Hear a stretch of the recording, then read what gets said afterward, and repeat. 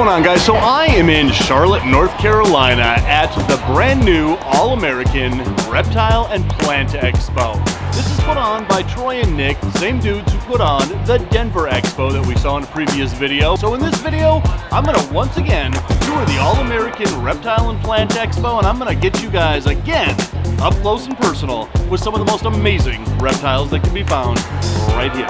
I'm Dave Kaufman, and these are my Reptile Adventures.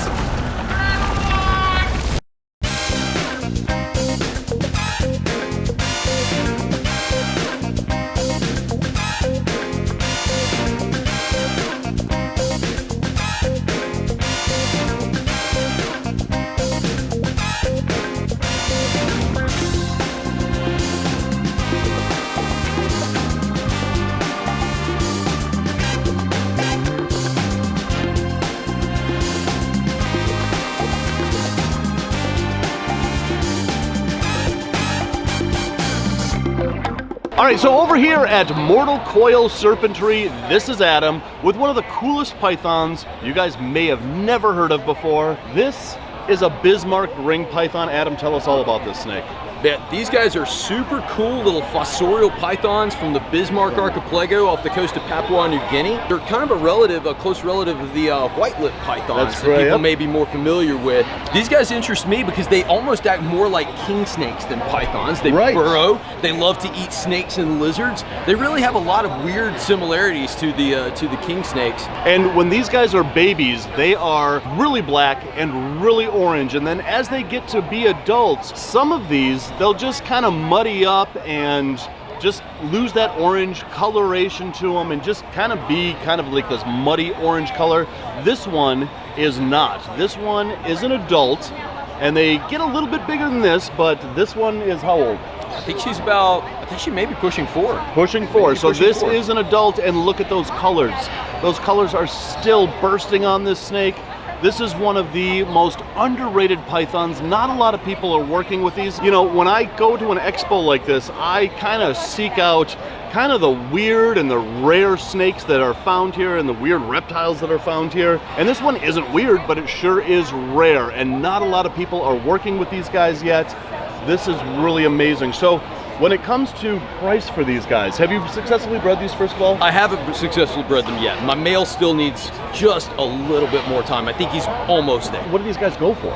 They're pretty pricey. I mean, if you get one for under $3,000, I think you got a good deal. But a Bismarck ringed python, this is one of the coolest pythons that you're gonna find here at this expo. So we talked a little bit about white-lipped pythons. They're also called D'Albert's python.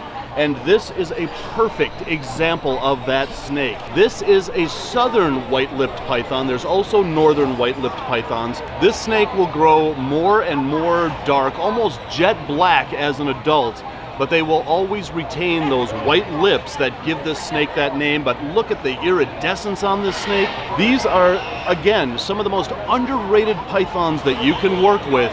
And it is so cool to see these at this expo. You don't see a lot of these at expos. You really don't. Rainbow Mealworms is not only a proud sponsor of this channel, they are the premier source for all your reptile food needs. They grow all of their quality insects in-house, and I use them exclusively for all my insect-eating reptiles. So place your order today at rainbowmealworms.net or click the link in the description below. Jeremy Turgeon. Yes, sir. How are you, sir? I'm doing well. How are you? So if you've been watching the channel for a while, a number of years back, a number of years back, we actually featured you in an entire video. Yes. You had blood pythons. You have some of the coolest blood pythons that there are at this show. I appreciate Show me what that. you got here. So this is a pixel or a goldeneye batik blood python that's also possible Het T negative albino. That's going to be a gorgeous pairing. Yeah, absolutely. And this is, I mean, this is just such a classic mutation, and the combination of goldeneye, which reduces pattern, and batik that brings pattern back in, you get this really perfect combination. How many blood pythons you got here? You got a whole bunch over there. Yeah, so I brought 3 true Brongersmai with me, so 3 bloods, and then the rest are all Borneo short-tail pythons. Gotcha. Okay, on that note, let's talk about that difference, because the short tails are thrown into that group of being called blood pythons. Yes. And they are not. They are not. They are not. So they used to all be considered subspecies. There's Python Curtis, Brongersmai, Python Curtis, Breitenstein. Now it's all been separated into true species. Python Brongersmai, Python Curtis for the Sumatra Sumatrans. Those are the black ones. Yep, and then Python Breitensteini for the Borneo shorttails. So this is a sunset or a T-positive albino Borneo shorttail python. So there's two forms of T-positive albino. There's the sunset and the mocha. And interestingly enough, the double visual is a T-negative looking albino. So this is a project that's still super new in shorttail land, sunset and the mocha stuff for sure. And we're still seeing what kind of color palette is going to develop. Anybody that's familiar with Borneos knows that you never know what you're going to get from hatchling to adult. And we're still really starting to figure out what we're getting with these guys here as we start plugging them in. So this is really interesting because when you have that T-negative albino, it's also known as a caramel albino in the ball python world and in other worlds.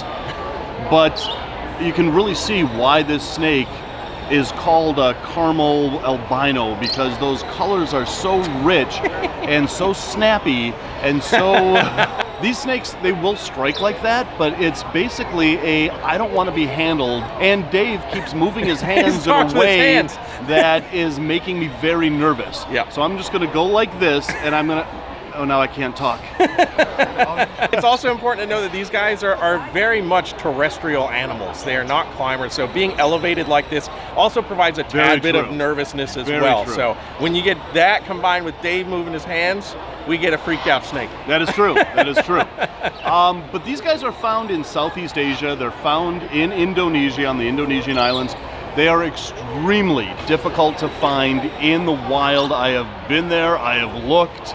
One of these days I'll find them, but this is just an amazing, see there I go again, this is just an amazingly beautiful snake. And when it comes to blood pythons and short-tailed pythons, this is actually kind of a rare morph, isn't it? Yeah, super rare. So it's like I said, it's still being worked with now. We're still just plugging it into stuff like granite and genetic stripe, which those are mutations that have been around for a very long time. Right. So we haven't even really gotten to that point with them yet, which is really cool to be kind of at the ground floor of a project like this. That is awesome. So speaking of cool snakes, over here at the Zirkles, they always have the most amazing colubrids that you're gonna see at any expo that they're at, and that includes this guy. This is one of my favorite colubrids. This is a Pataeus. These are also called Indo-Chinese rat snakes, but this one, as you can see, is pretty special.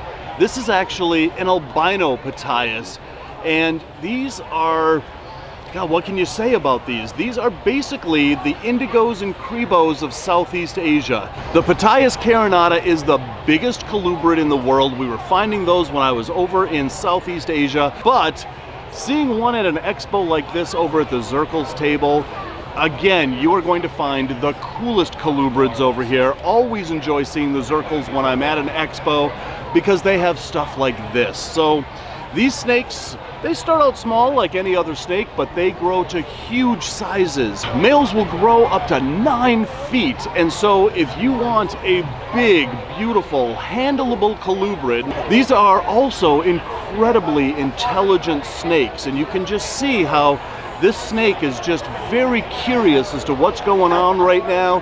He's got those rapid tongue flicks, which means that he's just kind of surveying his area. He might be a little nervous because when some big Sasquatch like me comes up and picks these guys up, yeah, they're gonna get a little nervous, as he just was. As far as I'm concerned, these are one of the most rewarding snakes that you can work with if you're into colubrids. And one of these days, I'm gonna get some of these and I'm gonna work with them as soon as I quit, you know, traveling so much. Here we have Patrick at Cold Blooded and Bizarre. You have a snake named Rock and Roll. A snake, 2 snakes, kind of hard to tell. Kind of hard to tell, yes, and there it is. This is Rock and this is Roll. This is a 2-headed corn snake. A 7-year-old 2-headed corn snake. Both heads are fully functional. They both eat, drink. They are probably the most unique animal that we have at our shop. Did you produce the snake? We did not. We are their second owners, but somebody, I believe in Tennessee, found these guys when they were sweeping leaves off their porch a couple of years ago. So it was born in the wild like this. That is correct. And now it's an adult, which is really rare for a 2-headed snake. So it's, I believe the odds are 1 in 100,000 to hatch a 2-headed snake. And then out of those that do hatch, 99.9% don't survive past like infancy.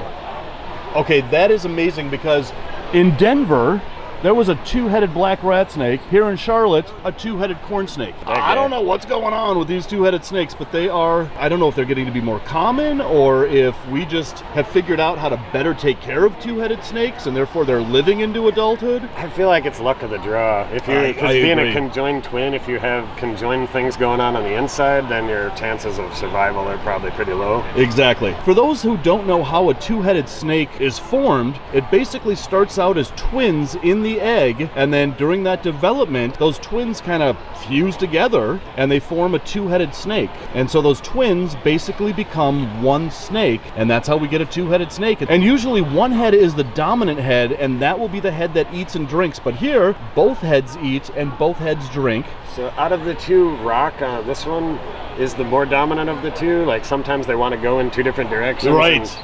Kind of the body doesn't know what to do because two different brains are telling them to do different things. Oh, that's got to be frustrating. Usually Rock kind of gets his way. So I want to introduce you guys to my new best friend in the whole wide world. This is Marina. You and I have a lot in common. We both live in Minnesota. We both love reptiles.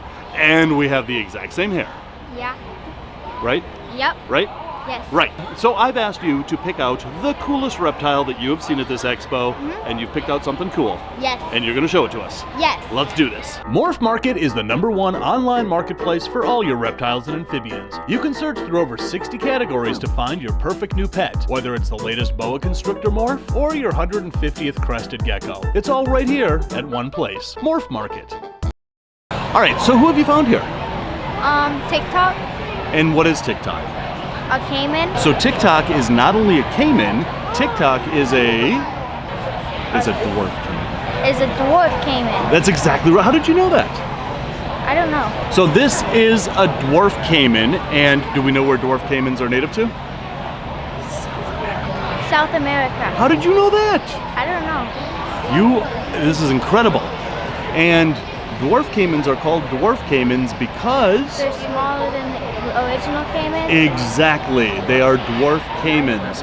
So this dwarf caiman is not going to get much bigger than this, but he's still a handful. And is this the first dwarf caiman you've ever handled, ever? Yeah. And what do you think of him? I think he's really cute. Isn't he cute? Yeah. He's adorable. So, do you want a dwarf caiman now? Yes. And if you had a dwarf caiman, what would you name the dwarf caiman? Hobbit. Hobbit, I love it. So if you notice, TikTok here has tape around his mouth. Why do you think he has tape around his mouth? So he doesn't bite people. Well, that's a pretty good reason. Now, do you think if we took the tape off, he would bite people? You give him teeth cuddles. Teeth cuddles, I love it. So now, you're 12 years old, and how long have you been into reptiles? Like my entire life. Your entire life, because your parents actually own ghost constrictors, so your parents are ball python breeders. Yes. And what else do they work with? We have a few leopard geckos. That's cool. We have bearded dragons, skinks. You have a lot of stuff. Yeah. So you've been doing this your entire life. Basically. And is this what you want to do with your entire life, is work with reptiles? Yeah. So again, this is Marina. Marina has a very bright future ahead of her working with reptiles, and this is the coolest dwarf caiman at this entire expo. Don't you agree? Yes. Awesome. Well, thank you for showing them off. Thank you. This expo is winding down. We got about an hour left, and it wouldn't be an expo video without Brian Kusco. So you are going to show us the most amazing, fantastical, stupendous snake that is here.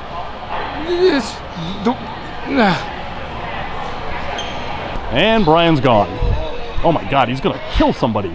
Now, I want to preface that you would ask me to show a ball python, not just a snake. You said ball python specifically, so that's what I looked for. I don't know. I'm not responsible for the things I say. Where did it go? Where did it go? Which one? It's gone! The pretty one? Sold. Oh man, well now we gotta find another one. But that was the one I had picked out. You got footage of it at the beginning of the show. I told you. Yeah, but not on my channel. I know, but I told him it was going to be gone by the end, so come early. Yes. All right, well let's go find another one. No, I don't want to find another one. That was the one. That was my pick. Oh.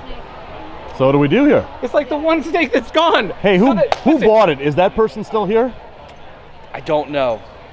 I don't know. I have not seen them since they bought it. Have you met Patrick McKnight? This is my. Hi, Patrick McKnight. How are you? Hi, I'm Patrick. How are you? Hi, I'm Brian Kusco. Good to meet you. Brian, No, honestly, we have to now find something else. Here's the thing that really like drives home the fact that I was right about it. Look at every other snake on this table is still there.